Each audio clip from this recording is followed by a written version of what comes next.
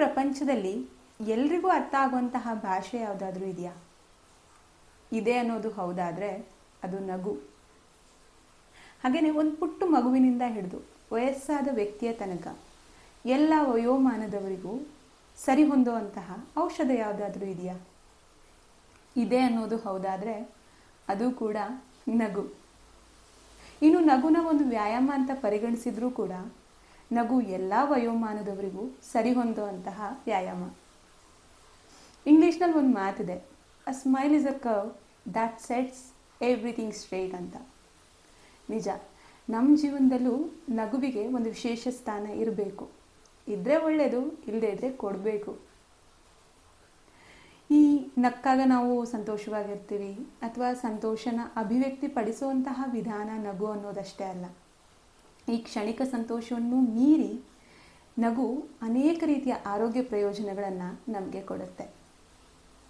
ಸಂಶೋಧನೆಗಳ ಪ್ರಕಾರ ಮಕ್ಕಳು ದಿನಕ್ಕೆ 400 ಬಾರಿ ನಗ್ತಾರೆ. ಆದರೆ ದುರಾದೃಷ್ಟವಶಾತ್ ನಮಗೆ ವಯಸ್ಸು ಆಗ್ತಾ ಆಗ್ತಾ ಹೋದ ಹಾಗೆ ನಮ್ಮ ನಗುವಿನ ಪ್ರಮಾಣ ಕಡಿಮೆ ಆಗ್ತಾ ಹೋಗುತ್ತೆ. ಇನ್ನು ಮಹಿಳೆಯರು ಪುರುಷರು ಅಂತ ನೋಡೋದಾದರೆ ಮಹಿಳೆಯರೇ ಪುರುಷರಿಗಿಂತ ಹೆಚ್ಚಾಗಿ ದಿನದಲ್ಲಿ ನಗ್ತಾರೆ ಅಂತ ಅಧ್ಯಯನಗಳು ಹೇಳುತ್ತೆ. ನೀವು ಇತ್ತೀಚಿನ ದಿನಗಳಲ್ಲಿ ಗಮನಿಸಿರ್ತೀರಿ, ಈ ಸಿಟಿಗಳಲ್ಲಿ ಅದರಲ್ಲೂ ಪಾರ್ಕ್ಗಳಲ್ಲಿ ಈ ಲಾಫಿಂಗ್ ಕ್ಲಬ್ ಅಥವಾ ಲಾಫಿಂಗ್ ಕ್ಲಾಸಸ್ನ ನಡೆಸ್ತಾ ಇರ್ತಾರೆ. ಆ ಮೂಲಕ ಅವರು ಜನರಿಗೆ ನಗುವಿನ ಮಹತ್ವವನ್ನು ಸಾರುವಂತಹ ವ್ಯಾಯಾಮಗಳನ್ನು ಮಾಡಿಸ್ತಾ ಇರ್ತಾರೆ. ನಿಜ, ಸುಮ್ಮನೆ ಬಲವಂತವಾಗಿ ನಗುವನ್ನ ತರಿಸ್ಕೊಳ್ಳಿಕ್ಕೆ ಸಾಧ್ಯ ಇಲ್ಲ. ಹಾಗಾದರೂ ನಗುವನ್ನ ತರಿಸ್ಕೊಳ್ಳೇಬೇಕಾದಂತಹ ಒಂದು ಪರಿಸ್ಥಿತಿಗೆ ನಾವೀಗ ತಲುಪಿಬಿಟ್ಟಿದ್ದೀವಿ. ಹಾಗಿದ್ರೆ ನಗು ನಮ್ಗೆ ಯಾಕೆ ಬೇಕು? ನಗುವಿನಿಂದ ನಮ್ಗೆ ಏನೆಲ್ಲ ಆರೋಗ್ಯ ಪ್ರಯೋಜನಗಳಿದೆ ಅನ್ನೋದನ್ನು ಒಂದೊಂದಾಗಿ ನೋಡ್ತಾ ಹೋಗೋಣ. ಮೊದಲನೇದಾಗಿ, ನಗು ನಮ್ಮ ಮುಖದ ಸ್ನಾಯುಗಳಿಗೆ ಆಗುವಂತಹ ಒಂದು ಅತ್ಯುತ್ತಮ ವ್ಯಾಯಾಮ.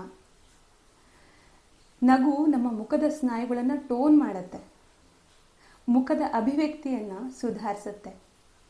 ನಕ್ಕಾಗ ಮುಖಕ್ಕೆ ಹೆಚ್ಚಿನ ರಕ್ತ ಸರಬರಾಜಾಗುತ್ತೆ. ಇದರಿಂದ ಮುಖದ ಚರ್ಮ ಪೋಷಣೆ ಆಗುತ್ತೆ, ಅದರ ಜೊತೆಗೆ ಹೊಳೆಯುತ್ತೆ. ಮತ್ತು ಈ ಸುಕ್ಕಾಗೋದು, ಮುಖದಲ್ಲಿ ಸುಕ್ಕಾಗೋದನ್ನು ನಗು ಸ್ವಲ್ಪ ವಿಳಂಬ ಮಾಡುತ್ತೆ. ಹಾಗಾಗಿನೇ ಆ ವ್ಯಕ್ತಿ ಸ್ವಲ್ಪ ಯಂಗ್ ಆಗಿ ಕಾಣ್ತಾರೆ.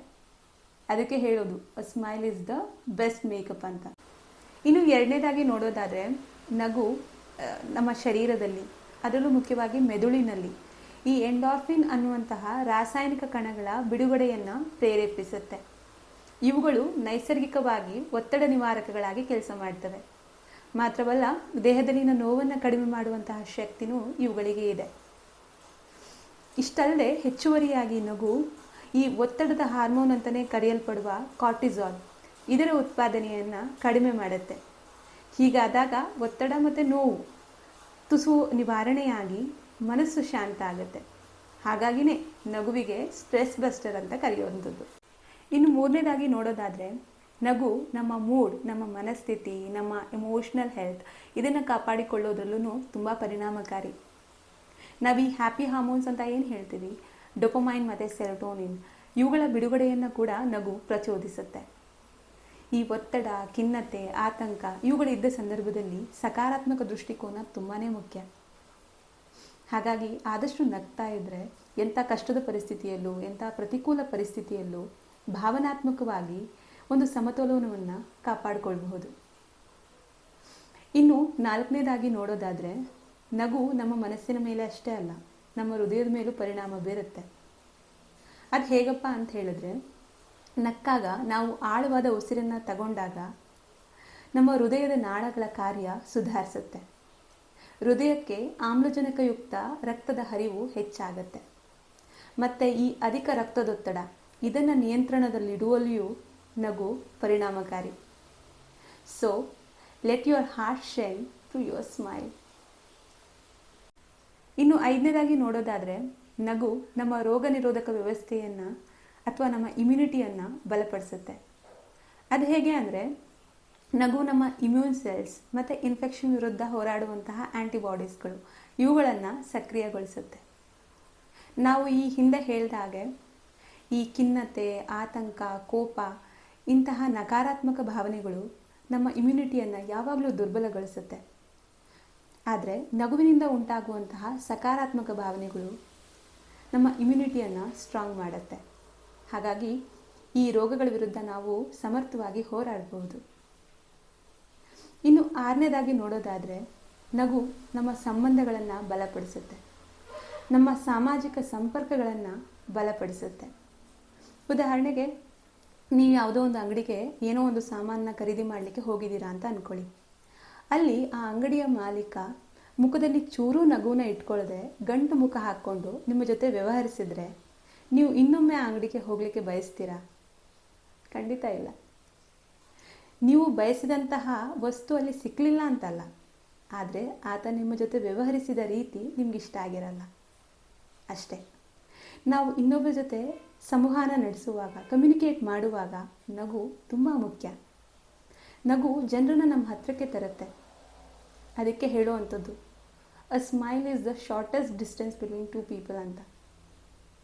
ಎಷ್ಟೋ ಸಲ ನಗು ನಾವು ಮತ್ತೊಬ್ಬರ ಜೊತೆ ಒಂದು ಶಾಶ್ವತವಾದ ಸುಂದರವಾದ ನೆನಪುಗಳನ್ನು ಕಟ್ಟಿಕೊಳ್ಳಲಿಕ್ಕೆ ಸಹಾಯ ಮಾಡಿರುತ್ತೆ. ಇನ್ನೊಂದು, ನಗು ದೇಹದ ತೂಕವನ್ನು ಇಳಿಸ್ಕೊಳ್ಳಿಕ್ಕೆ ಕೂಡ ತುಸು ಸಹಾಯಕಾರಿ. ದೇಹದಲ್ಲಿ ಈ ಒತ್ತಡದ ಹಾರ್ಮೋನ್ಗಳು ಕಾರ್ಟಿಸಾಲ್, ಇದರ ಉತ್ಪಾದನೆ ಹೆಚ್ಚಾದ ಹಾಗೆ ದೇಹದ ತೂಕ ಹೆಚ್ಚಾಗತ್ತೆ. ಆದರೆ ಇದಕ್ಕೆ ವಿರುದ್ಧ ಅನ್ನೋ ಹಾಗೆ ನಗು, ಸಮತೋಲನ ಆಹಾರ, ವ್ಯಾಯಾಮ ಇವುಗಳು ತೂಕವನ್ನು ಇಳಿಸ್ಕೊಳ್ಳಿಕ್ಕೆ ಸಹಾಯ ಮಾಡುತ್ತೆ. ಜೊತೆಗೆ ಅಧಿಕ ಕ್ಯಾಲರಿಗಳನ್ನು ಬರ್ನ್ ಮಾಡಲಿಕ್ಕೆ ಕೂಡ ಸಹಾಯ ಮಾಡುತ್ತೆ. ದಿನಕ್ಕೆ 10ರಿಂದ 15 ನಿಮಿಷ ನಗೋದ್ರಿಂದ 40 ಕ್ಯಾಲರಿಗಳನ್ನು ಬರ್ನ್ ಮಾಡ್ಬೋದು ಅಂತ ಸಂಶೋಧನೆಗಳಿಂದ ತಿಳಿದು ಬಂದಿದೆ. ಮಾತ್ರ ಅಲ್ಲ, ನಗು ನಮ್ಮ ನಿದ್ದೆಯ ಗುಣಮಟ್ಟವನ್ನು ಹೆಚ್ಚಿಸುತ್ತೆ. ಜೊತೆಗೆ ಮನುಷ್ಯನ ಜೀವಿತಾವಧಿಯನ್ನು ಕೂಡ ಹೆಚ್ಚಿಸುತ್ತೆ ಅಂತ ಸಂಶೋಧನೆಗಳೇ ಹೇಳಿವೆ. ಹೀಗೆ ನಗು ನಮ್ಮ ದೈಹಿಕ ಯೋಗಕ್ಷೇಮದ ಜೊತೆಗೆ ನಮ್ಮ ಭಾವನಾತ್ಮಕ ಮತ್ತು ನಮ್ಮ ಮಾನಸಿಕ ಸ್ವಾಸ್ಥ್ಯವನ್ನು ಕಾಪಾಡಿಕೊಳ್ಳುವಲ್ಲಿ ತೀರಾ ಪರಿಣಾಮಕಾರಿ ಅನ್ನೋದನ್ನು ಸಂಶೋಧನೆಗಳು ಕೂಡ ಹೇಳಿವೆ.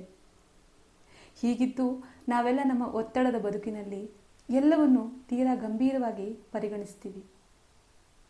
ಎಷ್ಟೋ ಸಲ ನಮ್ಮ ಗಂಭೀರತೆ, ನಮ್ಮ ಅನಿವಾರ್ಯತೆಗಳು ನಮ್ಮ ನಗುವನ್ನು ನಮಗೆ ಗೊತ್ತಿಲ್ಲದೆ ಕೊಲ್ತಾ ಹೋಗ್ತಾ ಇರುತ್ತೆ.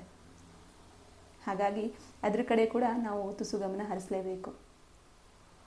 ಈಗ ಇಷ್ಟೊಂದು ನಗುವಿನಿಂದ ಉಪಯೋಗ ಇದೆ ಅಂತ ತಿಳ್ಕೊಂಡ ಮೇಲೂ ನಗದೇ ಇದ್ದರೆ ಅದು ಮೂರ್ಖತನ. ಹಾಗಾಗಿ ನಕ್ಕು ಬಿಡೋಣ. ಆದರೆ ಇನ್ನೊಬ್ಬರನ್ನ ಆಡ್ಕೊಂಡು ನಗೋದು ತಪ್ಪು.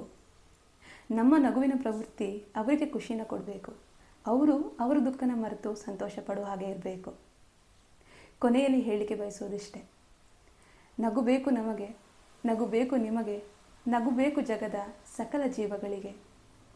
ನಗು ಒಂದು ಭಾಷೆ, ಅದನ್ನು ಅರಿಯದವರಿಲ್ಲ. ನಗು ಒಂದು ಬೆಸುಗೆ, ಅದರ ಕೊಂಡಿಗಳು ನಾವೆಲ್ಲ. ನೊಂದ ಮನಸ್ಸಿಗೆ ಮದ್ದಂತೆ ನಗುವು, ಮುದಗೊಂಡ ಮನಸ್ಸಿನ ಪ್ರತಿಬಿಂಬ ನಗುವು. ನಗುವಿರದ ದಿನಕ್ಕೆ ಧಿಕ್ಕಾರ ಹೇಳಿ, ನಗುವಿರದ ಲೋಕ ನಮಗೇಕೆ ಹೇಳಿ.